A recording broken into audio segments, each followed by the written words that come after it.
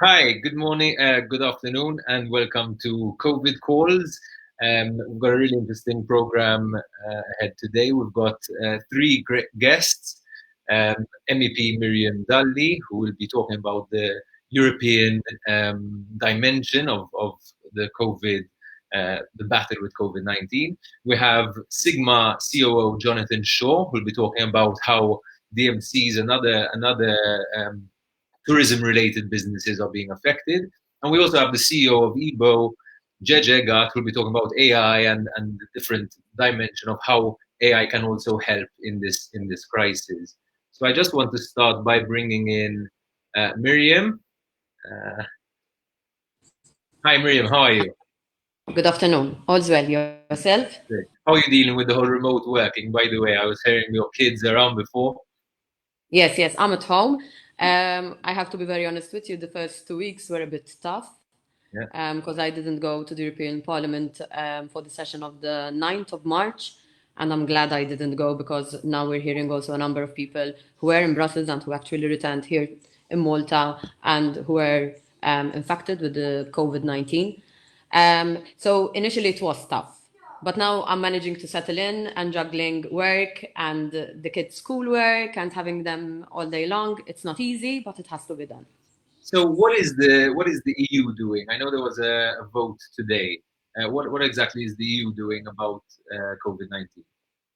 So today we have three different votes staggered during the day. This morning we actually voted in favor of having an urgent procedure to start mobilizing funds to the member states, to all the 27 EU member states. We will be voting to approve a financial package of 37 billion euros to be given out to the member states to help in the public health area, but also to help out SMEs. And at the same time, we'll be voting for another fund of around 800 million euros from the European Social Fund. This is the first time that money from the European Social Fund will go to public health crisis like the one we have right now, but this is an extraordinary crisis, so extraordinary measures need to be in place. And we'll be voting also about the issue for airlines. And Airlines before you have go to airlines, slots. why is this a new thing in the sense? Is this because EU doesn't have real competence in this area usually? What can you explain that? New thing vis-a-vis the European Social Fund, you mean? Because usually the European Social Fund isn't used for public health matters, but there can be the mobilization of this money to actually help member states deal with this crisis. I believe that this is the time for joint efforts. This is not the time for unilateral measures. I mentioned this also yesterday about the issue of joint public procurement, particularly when it comes to medical equipment such as ventilators, etc. We need to make sure that we join forces and you don't have individual member states taking unilateral decisions that can have a negative impact on other member states, particularly the smaller ones like ourselves. We will not have a strong negotiating power if we're alone, but I believe that together the 27 member states can have a stronger negotiating power. On that note, from a maybe more philosophical level as well, do you think that the outcome of this crisis is going to be? Are we going to see more nationalism, or are we going to see more global cooperation? Things like I don't know, climate change comes to mind. Problems which we can only like this one solve if we solve it together as a globe, right? So, how, do you fear that in some regions, there might be the temptation for I don't know more nationalism as opposed to more global cooperation? I think the reaction can be one of two extremes.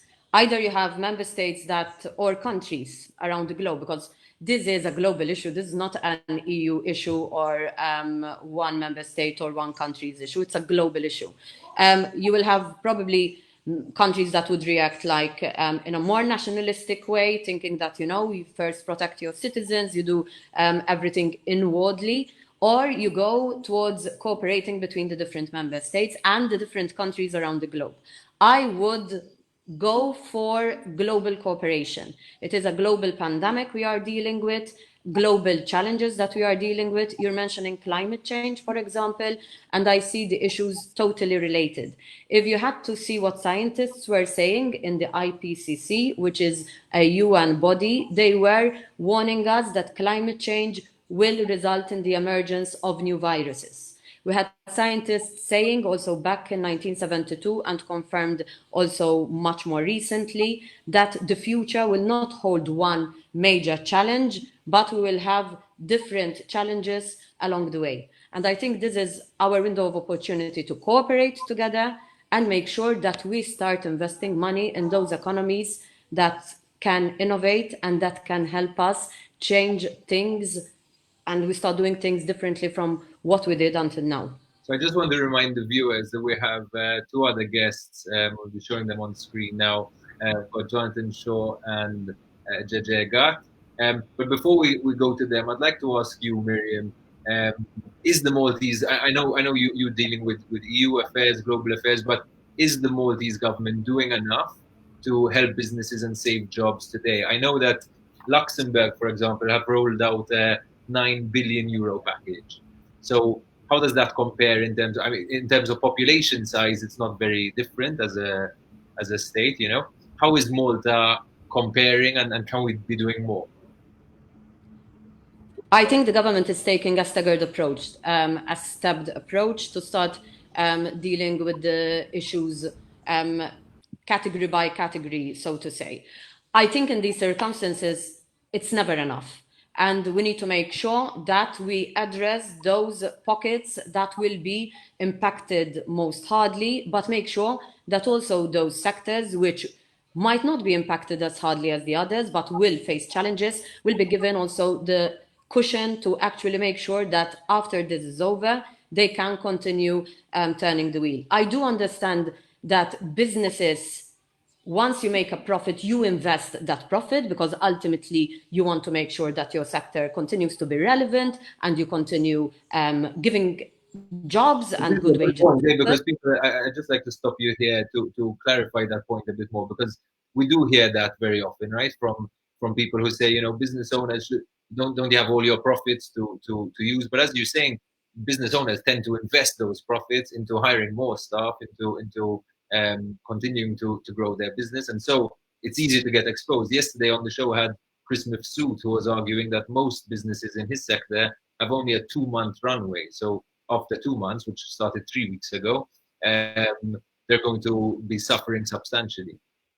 I am one of those who believe that, yes, business is there to do a profit, and I understand that. But I do understand as well that those profits are then invested back into the business, because many businesses want to make sure, I don't know, if we take, for example, a hotel, they want to invest in the structure of the hotel, making sure that their business is still relevant, their hotel is still relevant. And ultimately, I want businesses to thrive, because if businesses do thrive, then they can offer jobs to workers and to different citizens. And that is the underlying principle that I believe in and that I want us to understand in all this crisis. We need to protect jobs, and we need to have this balance to make sure that after this is over, we'll not end up with massive unemployment, but we will still have people in jobs, people still have their own business, and they can continue helping the economy grow and help our families at the end of the day. So let's move on to a representative of business, Jonathan Shaw. Thanks for joining us. You're the COO of Sigma, and obviously that is. Tell us a bit about Sigma. What does it do, first of all? So Sigma organizes events, conferences and expos, primarily in iGaming, blockchain, medical cannabis, etc. We organize Malta's biggest event. We have a direct, create a lot of business for a lot of other companies in Malta. Just to give you an example, the last Sigma in November attracted around 13,000 to 14,000 people. A lot of foreigners traveling. It must be really badly affected by this, right? Business must have slowed down considerably, right? Or events business worldwide. You see at sporting events, mass gatherings, because we gather people.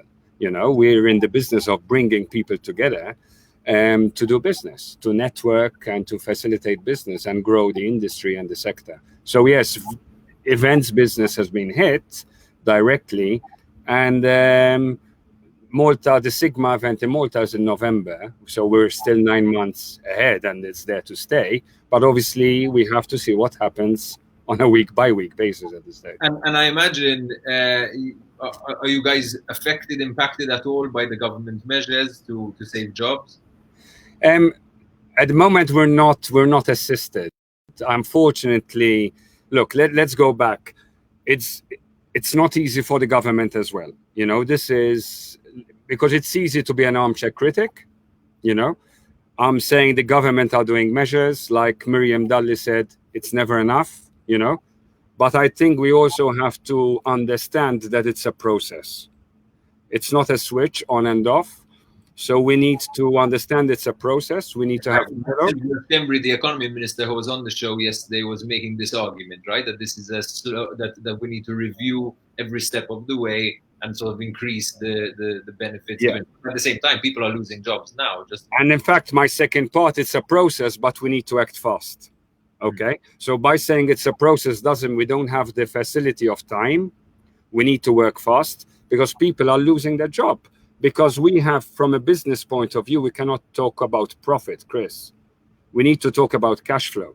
Profitability is one thing, cash flow is another. You know, having enough cash reserves to be able to retain staff and kind of ride the storm. Because you can make a profit, but if you don't have cash flow, the business will collapse anyway.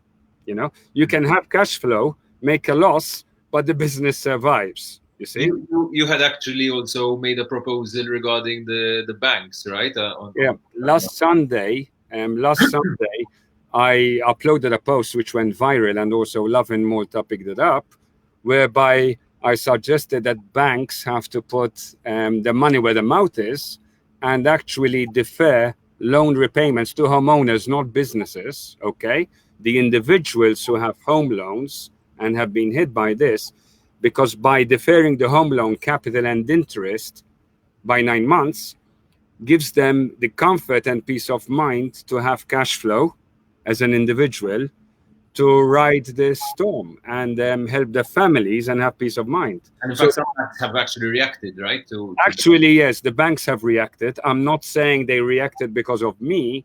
I think they knew they had to do it, but what happened, thanks to the public, it went viral, Lovin Malta shares, and suddenly one bank did it. One bank CEO called me first thing in the morning. He said, "You're right. It's easier said than done. Because some people might abuse of the situation. They don't need it." Yeah. He said, "But we're going to do it." Suddenly one bank did it. That same day, another 2 banks did it, and another bank did it yesterday. So that's fantastic. John, you also remember, I imagine, the 2008 financial crisis, right? I think back then you were running your own business.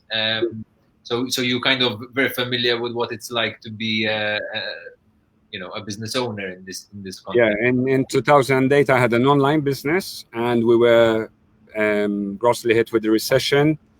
And I learned my lesson. In a way, it's tough to let people go.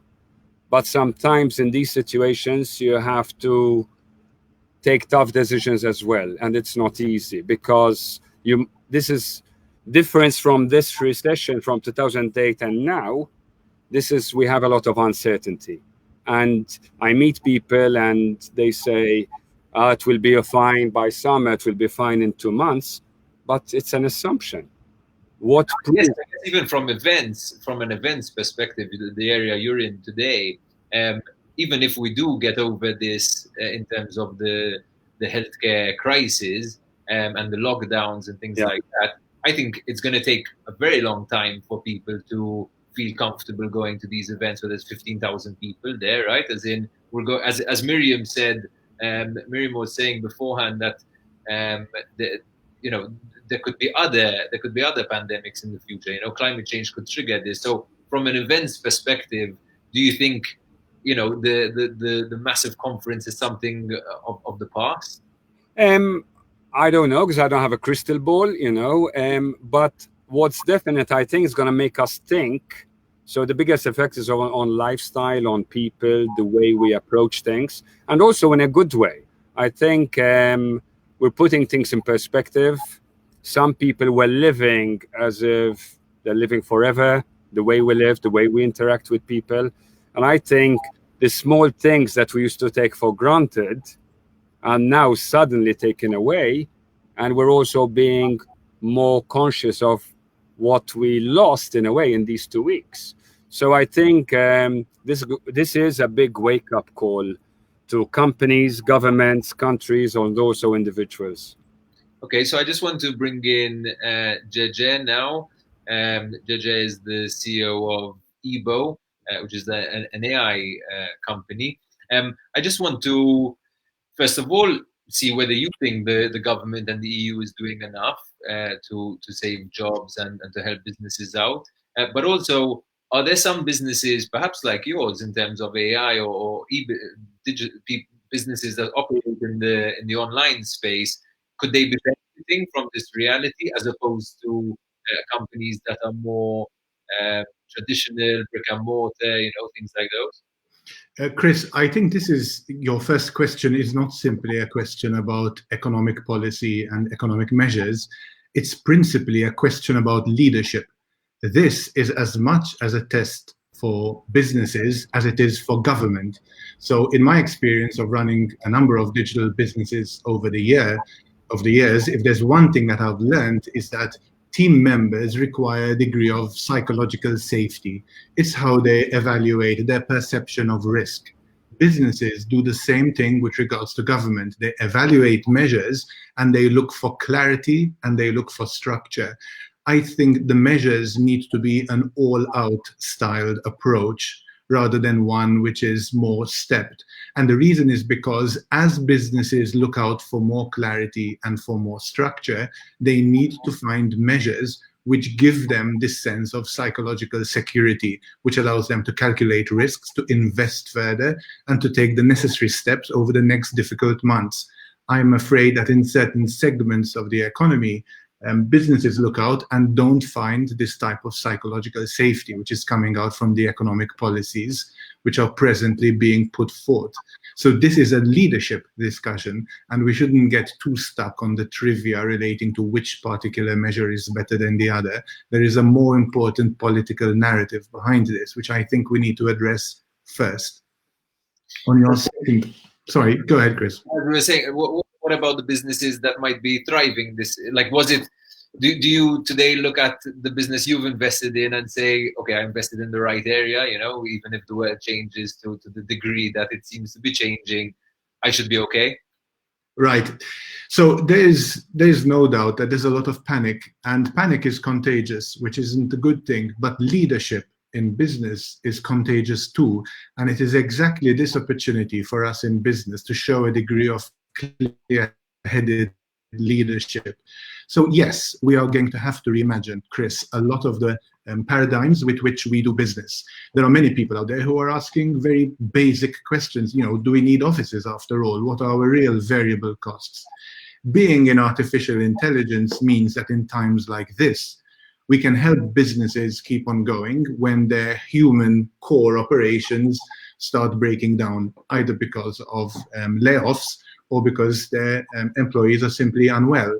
So a lot of the work which we are doing in London, particularly we're speaking to the NHS at the minute, is to see how we could help the public healthcare system over there automate some of the preclinical triage around COVID-19, which is how do you answer a deluge of questions which are coming into the public healthcare system where you don't have enough healthcare professionals to assist.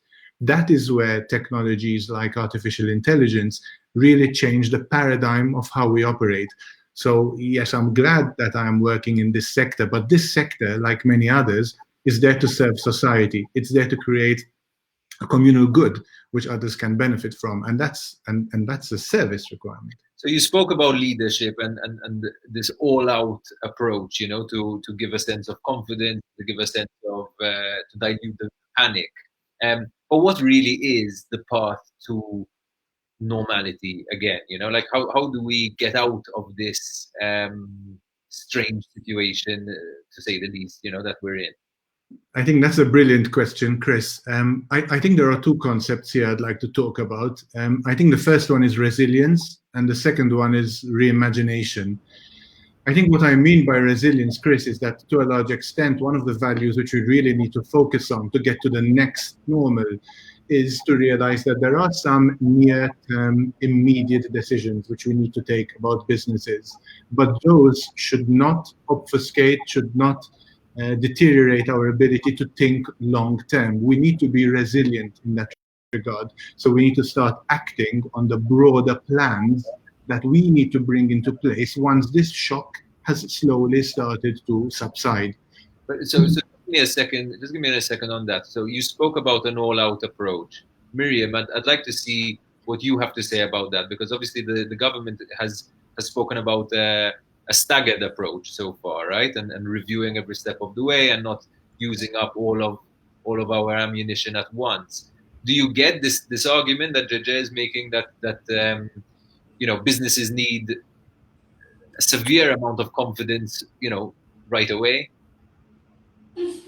Businesses definitely need clarity, and they need to understand where they're going. But I think uncertainty is the key at the moment. I'm at home, so you will get to see that kind of movement. This is the new normal, Miriam, so it's fine. New normal, exactly, because that is another issue that Gege referred to, and also John referred to. If there is one thing we're sure of, is uncertainty, because it is an uncertain situation. We are in uncharted waters. We don't know how long this would take. We don't know what the impact is going to be. And every country is trying to deal with it differently, depending on the situation in those countries. But now I do understand that businesses definitely need clarity, and we need to make sure that they feel comfortable as well, knowing that when this is over, they can get back into business. And that is something that I think every country needs to guarantee, even our own country. But there is something that Gege mentioned, and it's worth mentioning, because I honestly believe that we will not go back to the life we lived before. So saying that we go back to normality, I don't think it will be what we will be dealing with. We'll be going to something different, which will become the new normal. What do you see as what do you think we won't return to? Like, do you think we won't return to mass travel, as we're doing before? I honestly hope that we look at this also as a window of opportunity to invest money in those economies that can actually help our environment, help our planet. And I'm not saying this because I have always been speaking about climate change, etc., but because if we really want to try to minimize as much as possible the risk of coming back to this situation, then we need to rethink what we have done so far. And we need to make sure that we invest our money in economies that can help heal our planet and heal our environment. I'm saying this in particular because all of a sudden we realize that those things that people were saying are very difficult to achieve, we managed to start achieving. So for example, companies, we have heard so much about teleworking and the possibility of helping people to work from home. It would help ease the burden on traffic, but it would help also our families to reach a balance between work and juggling their family life. And we were able to do it within days. And all of a sudden, we realized that so many companies didn't invest in that, and they started investing in teleworking because they had to.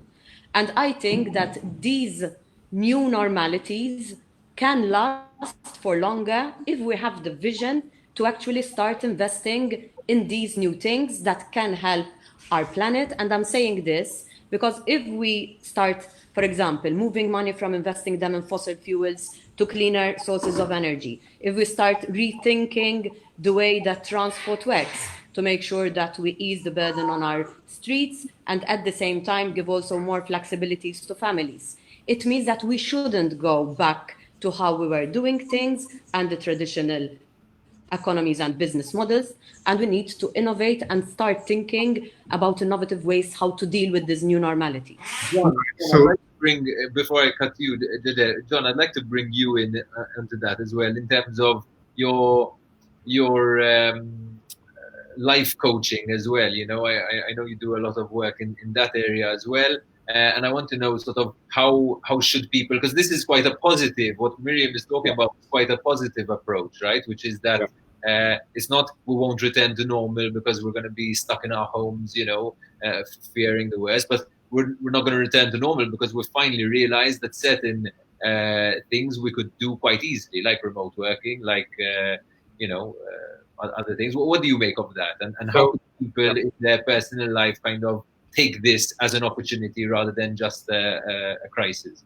Okay, more than life coaching, it's the cognitive behavior approach. Okay, so it basically means that the way we think determines how we act, feel, and behave. All right, it's managing the voice in your head, basically, that determines how we feel and act. So it's not the situation that we have to manage, but how we think about it. How we respond to it. How we respond, how we think about it, this monologue we have in our head about a situation. And proof is that with what we're going through, the COVID-19 coronavirus, two people respond to it in different ways. It's the same situation.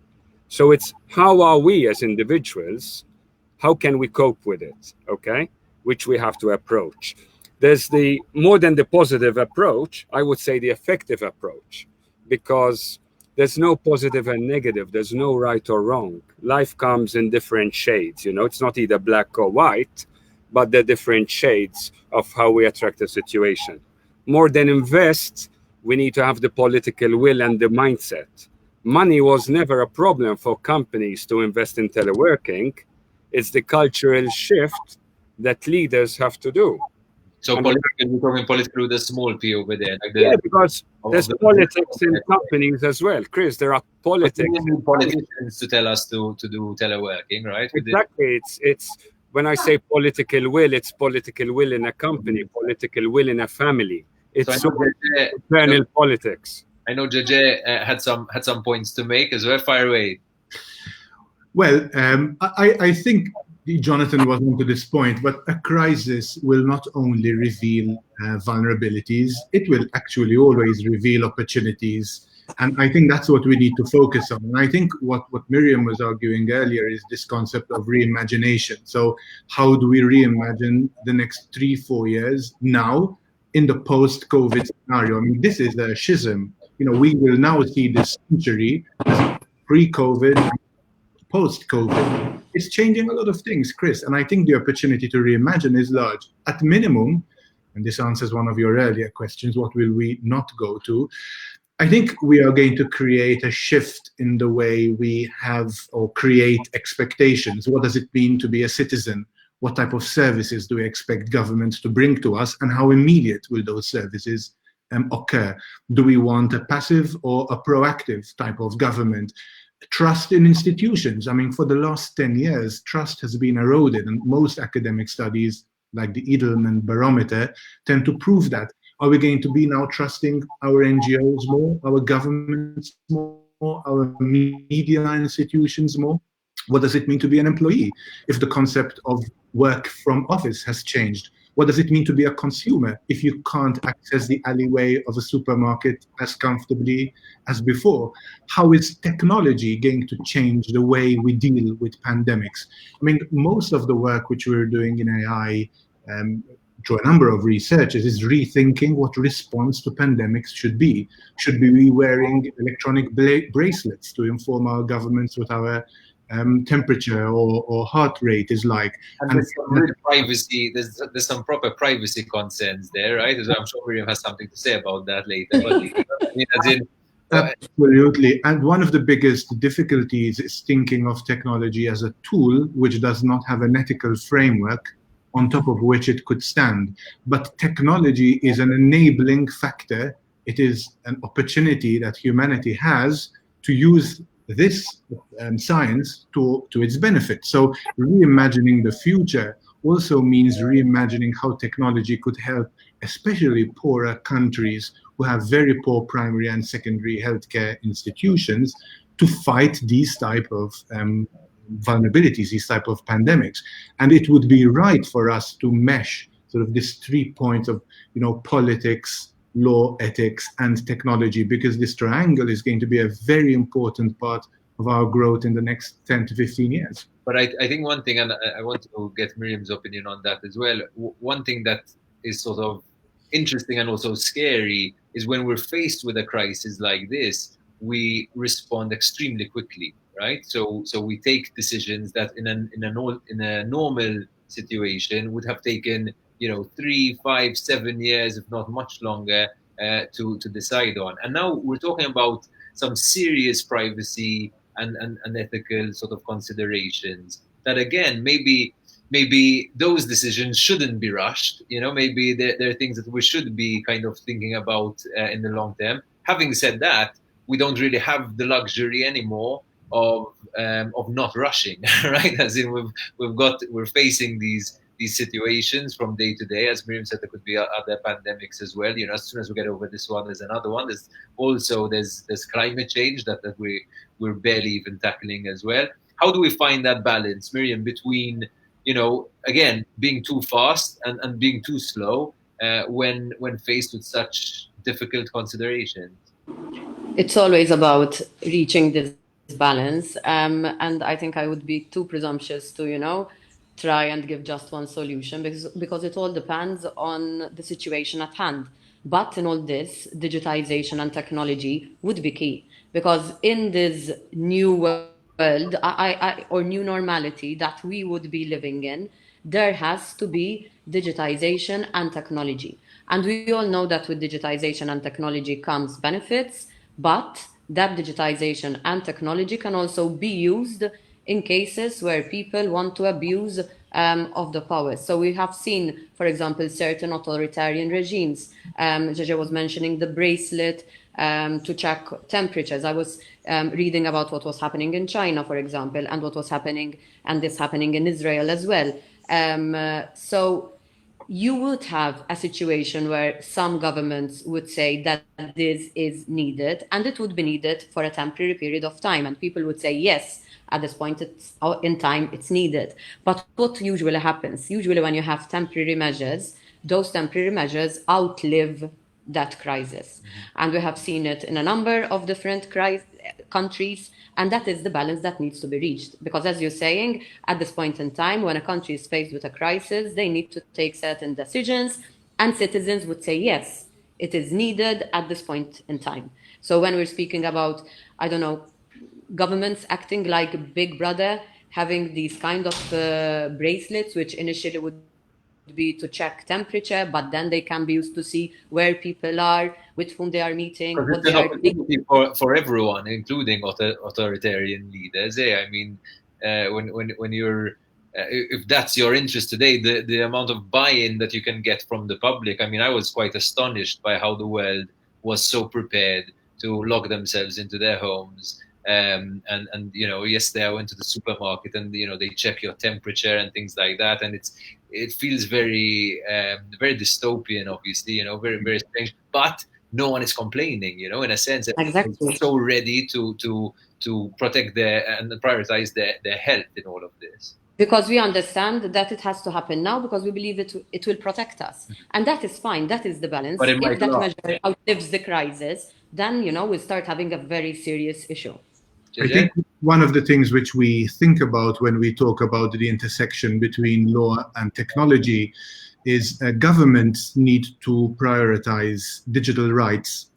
You cannot introduce any technology measure unless the country has properly prioritized basic digital concepts. Like one concept is the informational self-determination, which basically means my data is owned by me. My heart rate is my data. My temperature is my data.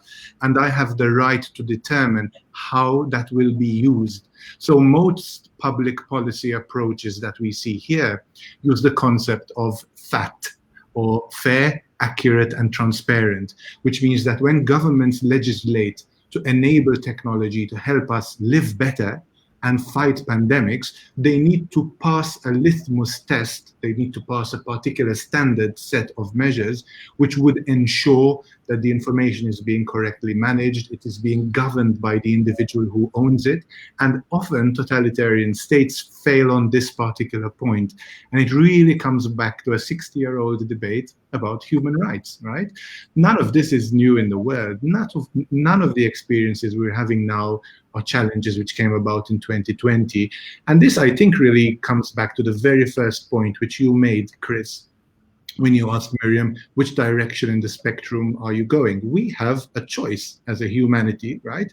We can go down the path of disunity, where there is no international collaboration to some extent. If you look at the United States, I think the decisions which Trump took in the early days are going to bear negatively on his legacy, creating a large gap in international politics. So we can either go down this route of disunity, of lack of coordination, of lack of understanding of basic human right adaptation in these difficult times, or we can go down the route of global solidarity, which I think will not only help us fight pandemics, but will help in economic growth. So thank you very, very much for that. Before we round up, I just want to ask you all a question, some predictions. And I'll start with you, Jonathan. January 2021, what do you think Malta and the world is gonna look like, and how should we be bracing ourselves for that? Well, tough question, Chris. If I knew, I wouldn't be here. But I think it's something we can't hope, but we have to work to. So I think I cannot tell you what I hope to see in January, but I can tell you maybe what we should do as a nation to work towards the ideal. Okay, I think three things. For starters, we need to be more inclusive, and remember, it's not about me, but it's about me and the people around me, the communities. We need to engage as a community, and we need to see the bigger picture. We need to start thinking as a nation more maturely. And I'm saying this for not only for our leaders, but everyone in general, companies, individuals. This is a big wake-up call. This is a big ice bucket shower, okay? So we need to raise the game. Sometimes I see comments, even in articles, which it's beyond belief, it's beyond belief. So we need to raise the game completely from tomorrow. This is a big wake-up call. Start working as a nation. Yes, disagree, but let's put this tribalism away. It's getting tiring. And even in cases like this, we cannot be blue, red, or green, It exposes it, right? In times like this, you expose, as you were saying as well, Gege, like the Trump style of politics, right? Gege, what about you? January 2021, what are you expecting? Chris, I've learned to avoid dangerous optimism of the naive style. I guess I've been hardened in business and technology. I think obviously the downturn is going to be a little bit deeper than most of us are expecting. So immediately we should brace ourselves for that. But I think come January, this country is going to have learned quite a few lessons out of these months that we are going to go through. And I think if there's one lesson which is clear that we are all learning, is the critical nature of communication. As a business leader, the one value which I'm imparting to my teams is in times like these, we need to over-communicate. We need to have daily stand-up, we need to have daily sharing moments in which we could identify what are the single priorities we need to achieve today. And I hope to see Malta in January being able to communicate more effectively, more efficiently, and more fairly. Miriam, thank you very much, Gege. That was great. Miriam, what do you make of what they've said, and how do you have any good predictions for January 2021? Are you as optimistic as Gege and Jonathan as well, or are you quite worried about how things will develop? So come January, I hope I will not receive a message like x'namillek Miriam, għaliex I hope namillek Miriam jagħmilha x'namillek Gege u Jonathan. So but joking apart, I hope that January 2020, I got lost, January next year. I hope we realize that we should move away from the way we did things until now. We're in this together. we need to discuss together. So even if we're speaking about measures that need to be rolled out, initiatives that need to be taken, policy actions that need to be included and taken, we are in this together, irrelevant of our background, who we are, but we need to come together as a nation. Moving away from the nation, this country, is part of the whole wide world. So we need to have a global approach to global problems. Because what we are dealing with now is a global problem. The challenges that we'll be facing in the coming months and years will be primarily global challenges as well. And global challenges require cooperation on the global approach, which goes beyond cooperating between the EU member states alone. And this is also a wake-up call, I would say, for the EU as well.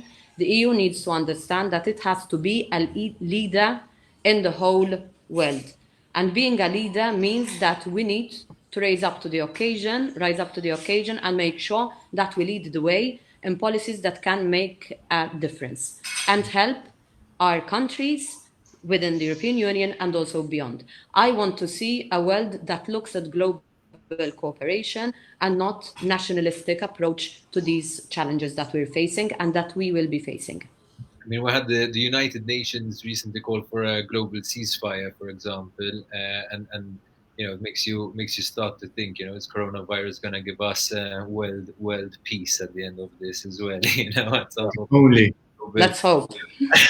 Very hopeful, maybe too hopeful. So, guys, thank you very, very much for joining. Jonathan Shaw, Gege Gatt, Miriam Dalli. I know you're all very busy, but it's also quite nice to be able to do these conversations remotely from our homes or businesses while we're all on some level of quarantine. Thanks for watching.